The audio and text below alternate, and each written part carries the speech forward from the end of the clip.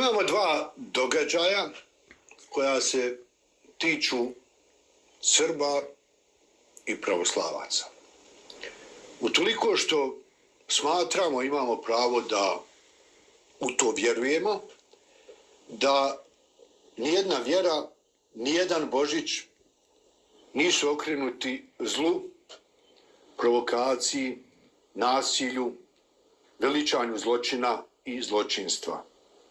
Nijedna vjera u svome izvornom značenju nije usmjerena da nekoga zastrašuje, da nekoga provocira i da veliča i slavi nešto što je ljudski, moralni i svaki drugi otpad. To što se dogodilo za Badnje veče u Tuzli, kada su puštane pjesme bez ikakve potrebe, jer to nije vjera, tog nekog Baje Malog Knindži, tako se zove, taj što veliča četništvo, ratne zločine i genocidizam, to ne služi na čast Srpskoj pravoslavnoj crkvi, niti služi na čast Srbima koji imaju pravo da u dignitetu i posvećenosti uzvišenim osjećanjima čekaju Badnje veče, žive Badnje veče i dočekaju Božić. Da li je slika čovjekoljublja to kada kolone agresivnih vjernika prolaze posebno kroz bošnjačka naselja ili napadaju Bošnjake kako se desilo u Tesliću? Je li to ispunjenje pravoslavnog srca i pravoslavne duše? Nemojte da pričamo šuplje priče. Kako može to biti ikakva vjera? Kako može srpsku kulturu ispuniti nešto što je nekultura? A gdje su onda glasovi otpora protiv toga? Gdje su prije svega glasovi legalizma? Ako se to desilo pred Srpskom pravoslavnom crkvom u Tuzli, pred sabornim hramom, pa ako su neki pokrenuli krivične prijave zbog izazivanja nacionalne i vjerske mržnje i netrpeljivosti, valja postaviti prvo pitanje, a šta je radila onda policija koja je tu bila nazočna?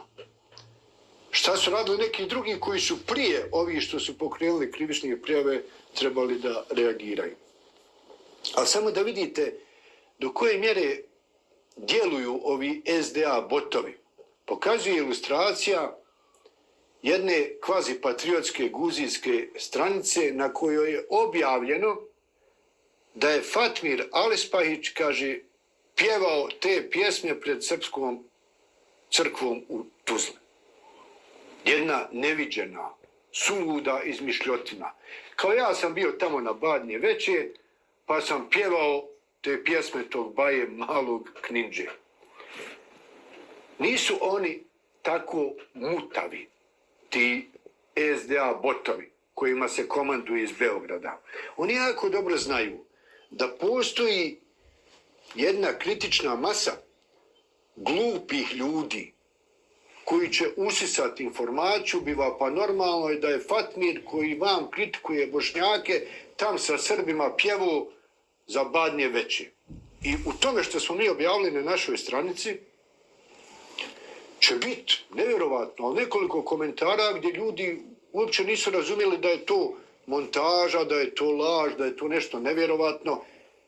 Čim prije i tim prije što sam ja ustanovio, dakle niko drugi, Fatmir Alispahić, 2012. godine, obilježavanje 9. januara kao dana početka genocida nad Bošnjacima.